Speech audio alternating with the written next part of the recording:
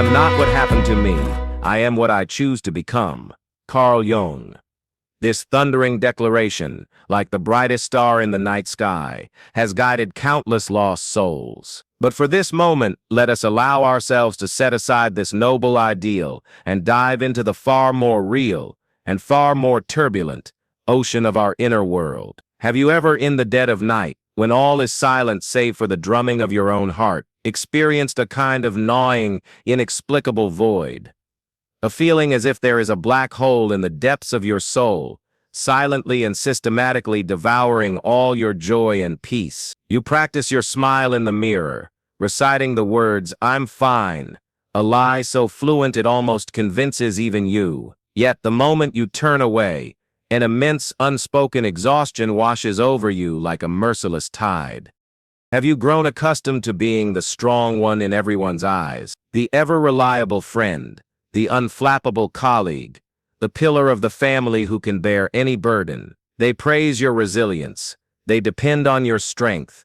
But has anyone ever asked how many unhealed wounds lie hidden beneath that impenetrable armor? You are like a lonely guardian of a fortress, reinforcing its walls day after day against the storms of the world. Yet you have imprisoned your truest self within that very castle, airtight and unseen. What you yearn for, perhaps, is not to be invincible but simply for a moment's respite, the right to lower your shield and reveal your vulnerability without judgment.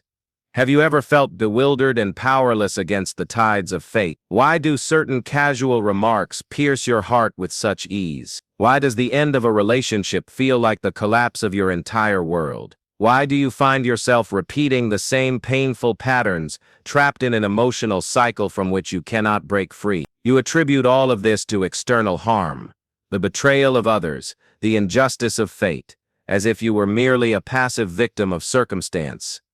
Today, together, we will tear through this fog. This is not an easy journey. It will demand that you confront the truths you have long and deliberately avoided. But trust this, the destination of this journey is not deeper pain, but a true, authentic freedom and strength you have never before experienced. Chapter 1. The Paradox of Pain. The more you flee, the more it follows. Let us first unveil a cruel yet fundamentally important psychological paradox. As long as you attempt to escape from pain, that very pain will in more covert and powerful ways continue to control your life. Imagine trying to hold a fully inflated beach ball underwater. The harder you push down, the more forcefully it rebounds. The more you try to hide it beneath the surface, the more likely it is to burst out unexpectedly, splashing you in a moment of chaotic surprise. The pain you are avoiding is that beach ball. Every act of suppression, every moment of denial, every instance of neglect is merely adding more air, more pressure, more explosive potential to it. The hurt you feel, the criticisms that keep you awake at night, the rejections that break your heart, the betrayals that leave you breathless. These things in themselves are perhaps just a gust of wind, a drop of rain. What makes them feel like a piercing, bone-chilling frost is the pre-existing, unhealed, open wound within you. The people and events of the outside world are merely brushing against this wound, activating the emotional explosives that have long been suppressed in the deepest vaults of your subconscious. Therefore, what truly causes you pain is not what others have done to you, but rather what these experiences have activated within you. What wounds you is not the harsh word itself, but the way it echoes the deep-seated fear that I am not good enough. What devastates you is not the failed romance, but the fact that it lays another heavy brick upon the ruins of a place in your heart named, I am not worthy of love. Every single one of us bears this internal agony in our own unique way. The only difference is that some people, with more refined acting and a more magnificent stage, perform this inner drama flawlessly. They become the darlings of social gatherings, the elites of the workplace, the cornerstones of their family. Yet in the unseen corners of their lives, they may be silently being consumed by their own shadow. To acknowledge this is not a sign of weakness. On the contrary, it is the very first step toward authentic strength. For you must first acknowledge the existence of the battlefield to become a true warrior. And this war, this ultimate conflict, is not fought anywhere else but in the profound depths of your own heart. Chapter 2. The Shadow. the uninvited stranger within.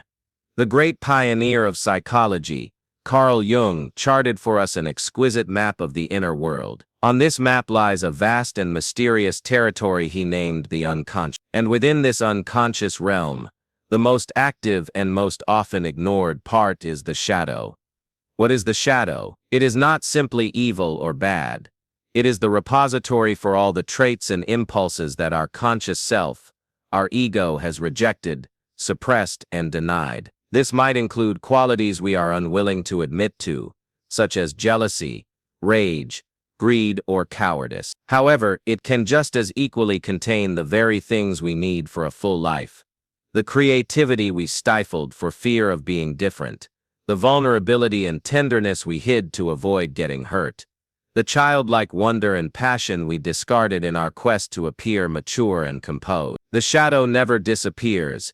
It merely changes its mode of existence. It is like an exiled sibling, a disowned family member who constantly shows up uninvited in your life. The more you pretend it doesn't exist, the more destructive its power becomes. It operates through projection, causing you to see in others the very flaws you cannot tolerate in yourself. That colleague whose selfishness infuriates you, could it be the projection of your own suppressed desire to fight for your own needs? That friend whose weakness you despise, could it be the echo of your own deep-seated cry for understanding and care? It will also manifest as self-sabotage at critical junctures in your life. Just as you are on the verge of success, an inexplicable force causes you to derail everything. This is because deep within your shadow, there might be a buried belief that I do not deserve success. When someone with a genuine heart comes into your life, you might push them away with coldness and criticism, because your shadow is terrified that true trust will only lead to another devastating abandonment. Jung issued a profound warning: until you make the unconscious conscious, it will direct your life and you will call it fate. Those seemingly fated cycles in your life, those predicaments that make you sigh at your bad luck, are very likely the masterful puppetry of your own shadow. It is a vast active system of memories, traumas, desires, and fears, and from a place you cannot see, it dictates your feelings, your choices, and your behavioral patterns. The reason you feel hurt, the reason you feel controlled, is not because you are not strong enough, but because you have been at war with yourself. The one you are fighting with all your might is, in fact, an inseparable part of yourself. Chapter 3: The Path of Individuation. The hero's journey from broken to whole. So where is the way out? Jung illuminated a path toward true freedom, a process he called individuation. It is crucial to understand that individuation is not a process of perfecting oneself. It is not about becoming a flawless, perpetually positive saint. On the contrary, it is the process of embracing imperfection, of integrating opposites. As Jung famously said, "I would rather be whole than good." To be whole is to accept all parts of yourself, the light and the dark, the noble and the base. This path is an inward hero's journey. It requires you to summon your courage, to stop seeking answers externally, and to turn around and dive into the abyss of your own psyche. Step 1.